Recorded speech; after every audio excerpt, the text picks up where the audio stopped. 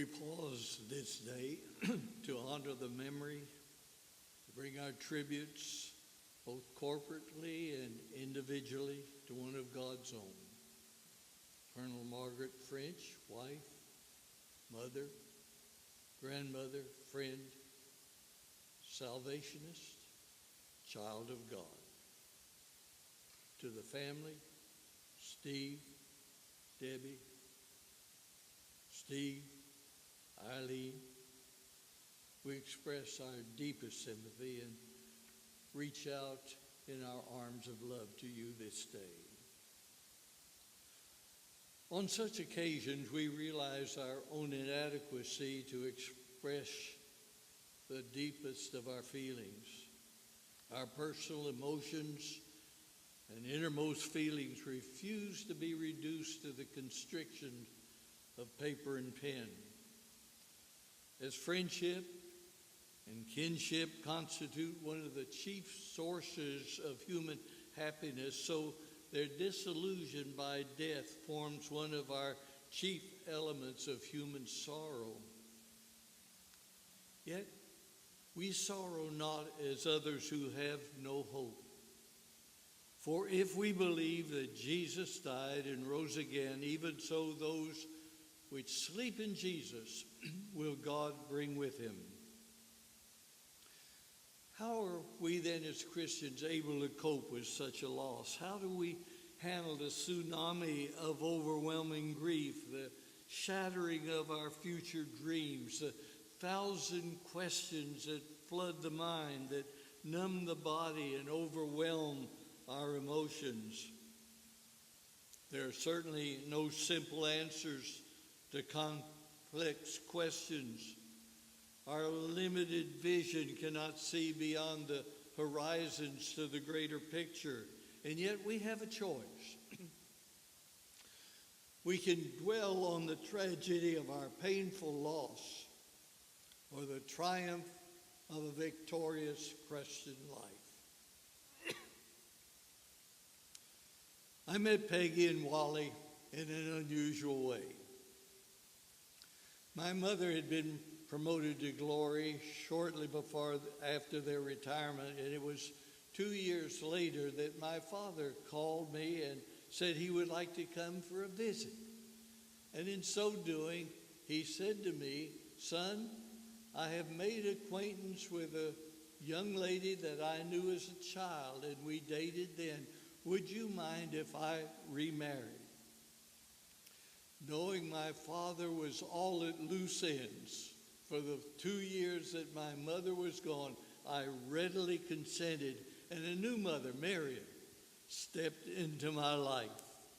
I was delighted to learn at that time that she had one daughter by the name of Peggy, who was married to Wally, and they had 2 children, a boy and a girl, the same ages as our boy and girl. We simply blended quickly as a family. Our daughter worked with Debbie at Star Lake. We spent a special vacation together in Florida.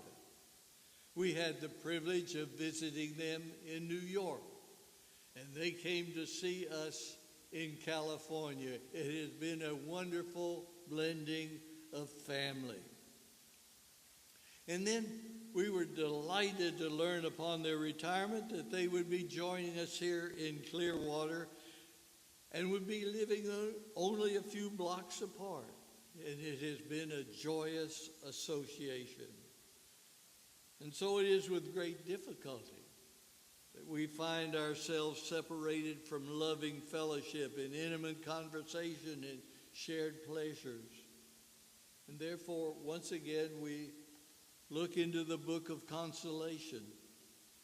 For his word is given to comfort our hearts, to enlarge our understanding of his will and his purpose to strengthen our lives.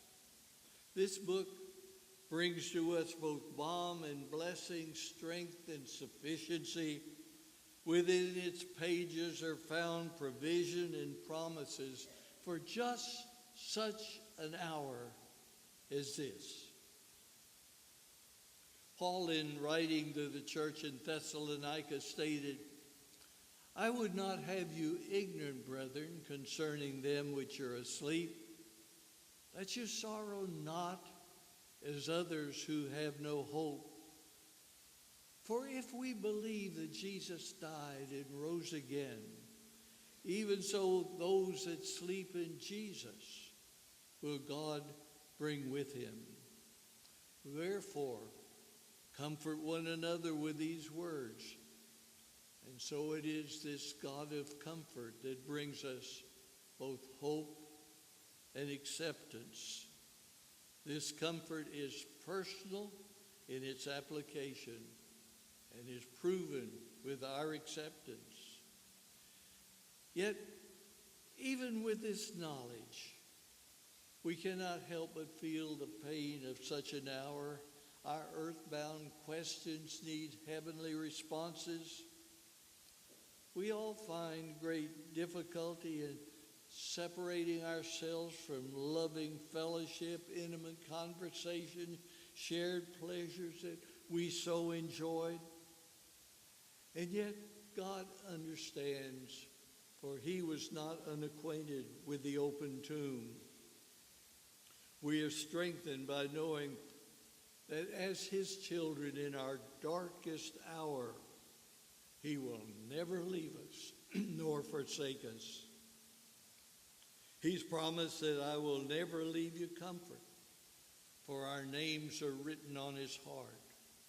For he who spared not his own son, but freely delivered him up for us all, how shall he not bring to each of us eternal hope? In his divine wisdom, he gives us the resources to strengthen us and uphold us in our darkest moments, our questioning concerns, our inability to grasp and completely understand.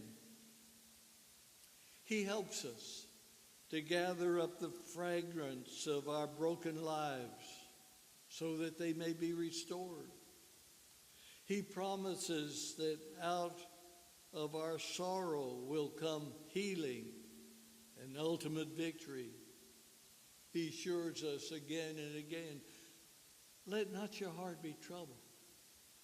If you believe in God, believe also in me, for in my Father's house are many mansions. If it were not so, I would have told you. I go to prepare a place for you, that if I go, I will come again and receive you unto myself, that where I am, there you may be also. And then again, he reminds us in 2 Corinthians, there is an eternal weight of glory far beyond our comprehension.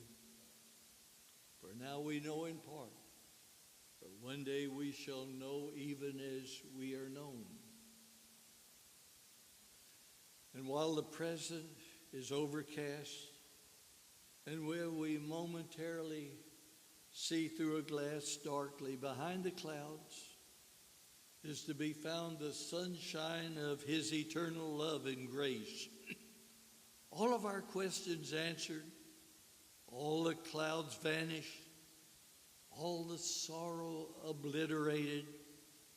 He reminds us that as our shepherd, he does lead us besides green pastures and still waters, but also there are times of rushing rapids and through barren lands. His presence with us and his power within us does not mean that he will deaden us from pain or shelter us from all of life's difficulties. He does not hold us from the heat of daily problems or walking through the valley of the shadow of death. But for those that follow, he has promised, my grace is sufficient. And when our spirits are weakened and our pathway is unclear, we have noted his continual guidance because of our faith in him. He provides us with access to the Father, at whose right hand there are pleasures forevermore.